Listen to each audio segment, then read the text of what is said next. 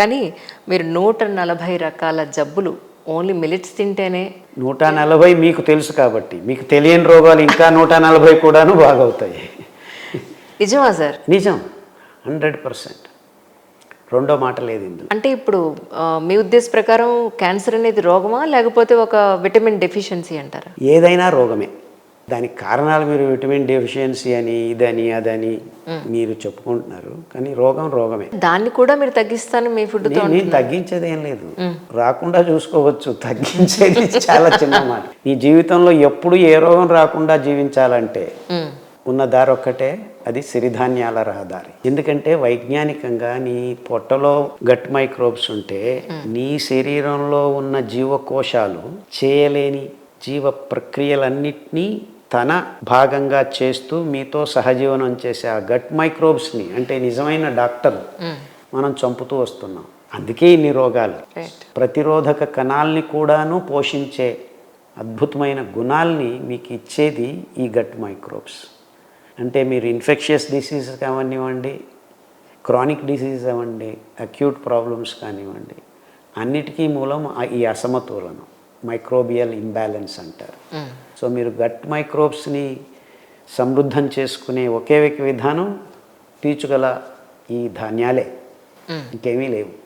అందుకే అంబలి గురించి చెప్తూ ఉంటాను. ఒక్కసారి అంబలి ఎలా అంటే ఒక్కటి చెప్తే సరిపోతుంది, మిగతావన్నీ కూడా ఆ విధంగా ఎలా చేస్తే? ఏ ధాన్యమైనా పీచున్న ధాన్యం ఒక 5 grams రవ్వలాగా చేసుకొని, లేకపోతే ధాన్యాన్ని నానబెట్టి ఉడకబెట్టే ముందు కొద్దిగా రుబ్బుకొని ధాన్యం పగిలేట్టు చేసుకొని 1/2 లీటర్ నీళ్ళు, 5 గ్రాములకి 1/2 లీటర్ నీళ్ళు, అంటే పలుచటి గంజి, పలుచటి జావ 20 నిమిషాలు ఉడకపెట్టాలి. 8 గంటలు నానబెట్టిన తర్వాత చల్లగా అవుతుండగా మట్టి కుండలో వేసి పెట్టాలి. మట్టి కుండ అతి ముఖ్యం, ఎందుకంటే సూక్ష్మ రంధ్రాలు ఉంటాయి, ఆక్సిజన్ దాకా తగలాలి, దానికి ఆమ్లజనకం కావాలి. ఆమ్లజనకం లేకపోతే అనరోబిక్ బ్యాక్టీరియాలు వస్తాయి. ఇవి ఆమ్లజనక పూరిత కిణ్వ ప్రక్రియ. సో అంటే ఆక్సిజన్ ఉన్న ఫర్మెంటేషన్. ఇప్పుడు మీరు పాలు తోడుకు వేస్తారు, అది పెరుగు అవుతుంది, అది అనరోబిక్ బ్యాక్టీరియా అంటారు. అందులో మీకు గాలి లేకున్నా కానీ ఆ ప్రక్రియ జరుగుతుంది. ఇది వ్యత్యాసం, పెరుగుకు ఈ అంబలికి వ్యత్యాసం ఇది. ఇందులో వైవిధ్యమైన సూక్ష్మజీవులు అనేకం, వందల వేల రకాలు ఉంటాయి. ఇంకా అందులో ఉప్పు కూడా వేసుకోరా మీరు? వేసుకోవచ్చు, నేను వేసుకోను, అది వేరే విషయం.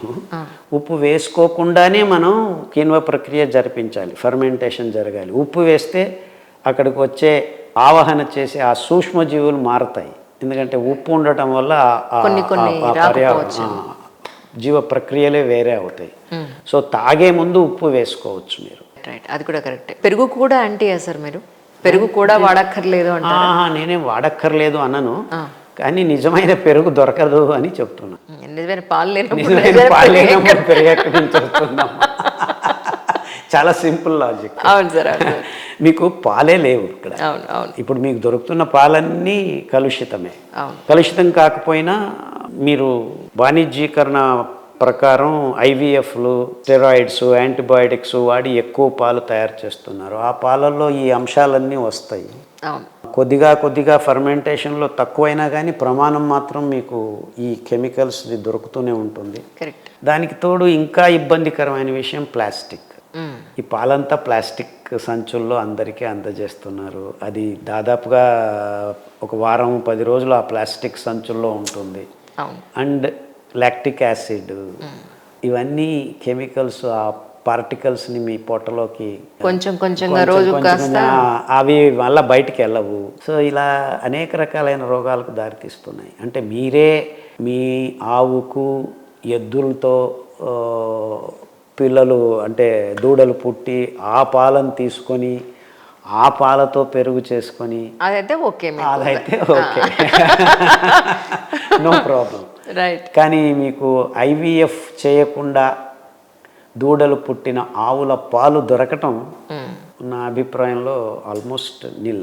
అంతస్తులు, ఆస్తులు, అధికారాలు, రాజరికాలు ఇవి సంపాదించడం అన్నీ ఒకసారి పక్కన పెట్టి తరతరాలు ఆరోగ్యంగా బతకాలి అని అంటే మాత్రం ప్రతి ఇంటికి లేదంటే అట్లీస్ట్ ఒక 2-3 ఇళ్ళకి ఒక ఆవు ఒక గేదె లేదు అని అంటే పాడి పంటలన్నీ కూడా బేసిక్గా ఇంట్లో ఉంటే కనుక అట్లీస్ట్ కలుషిత ఆహారం ఆకుకూరలు కాయగూరలు కొన్ని పాదులు పెట్టుకున్నా కూడా మన ఇంట్లో మనం ఆ ఇంటి వరకు ఆ ఫ్యామిలీ వరకు పండించుకున్నా కూడా పెద్దగా ప్రాబ్లం ఉండదేమో. చైనాలో ఎవరింట్లో వాళ్లే కొంతవరకు పండించుకుంటారట. ఈ విషయంలో మీకేమనిపించింది? I don't believe that it is true అమ్మ.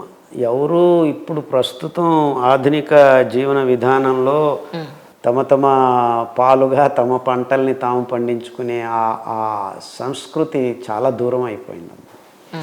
అలా చేస్తే బాగుంటుంది, కానీ పారిశ్రామిక విధానంలో ఆహారాన్ని తయారు చేసి క్లౌడ్ కిచెన్స్, సైబర్ కఫేలు, జొమాటో స్విగ్గీల సాంప్రదాయాలు ప్రపంచమంతా వ్యాపిస్తున్న ఈ సందర్భంలో ఇంకా ముందుకు వెళ్ళి డ్రోన్స్ మూలకంగా GPS స్మార్ట్ ఫోన్లతో నీవు తిరుగుతున్నా కానీ నీ నోటికి అందజేసే ఈ వ్యవస్థని శుభ్రంగా స్థాపిస్తున్నారు వచ్చే తరాలకు.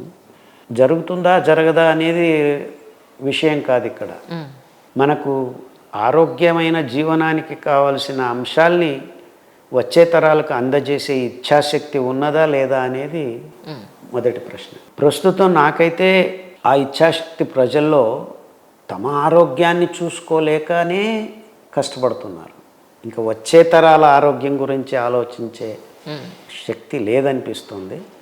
మూలంగా జరుగుతున్నది ఏంటంటే మనం ప్రశ్నలు అడగకుండా ఇన్ని రోజులు ఈ కార్పొరేట్ ఫుడ్ని మన జీవితంలో భాగంగా చేసుకున్నాం. అదే నేను మీకు చెప్పాను, బజారు పళ్ళు, బజారు పాలు, మంచినీళ్ళ బాటిల్ తెచ్చుకున్నారు, ప్లాస్టిక్ బాటిల్లో తాగనన్నారు, కాఫీ టీలు తాగనన్నారు, ఇంకేం తింటారు ఏం తాగదని ఫ్రూట్స్ తెప్పిస్తుంటే బజారు పళ్ళు వద్దు అన్నారు. అంటే మనం దేహం ఒక ఆలయం లాంటిది, అంటే దేవస్థానం లాంటిది. ప్రతి జీవిలో దేవుడు ఉన్నాడని మనం ఆ సంస్కృతి మన భారతదేశంది. కరెక్ట్. అంటే ప్రతి జీవిని మనం దేవుడిలాగా కొలవాలి అనేది. అలాంటప్పుడు మన దేహాన్ని మన దేవస్థానాన్ని ఈ కల్మషాలతో నింపుకొని అనారోగ్యభరితం చేసుకోవటం ఎంతవరకు సబబు అనే ప్రశ్న మొదటిగా రావాలి అందరికీ. అంటే నా దేహం శుభ్రంగా ఉంచుకోవాలి, దానికి కావాల్సింది ఏమిటి, అది అతి ముఖ్యం. It's just not being healthy.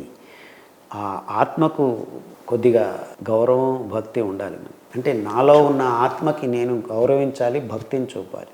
మీ ఆత్మకు, మీ దేహానికి, మీ ఆరోగ్యానికి పూరకంగా ఉన్న వాతావరణాన్ని మనం సృష్టించాలి అనే ఒకే ఒక ఉద్దేశంతో నేను అమెరికా నుంచి తిరిగి వచ్చాను.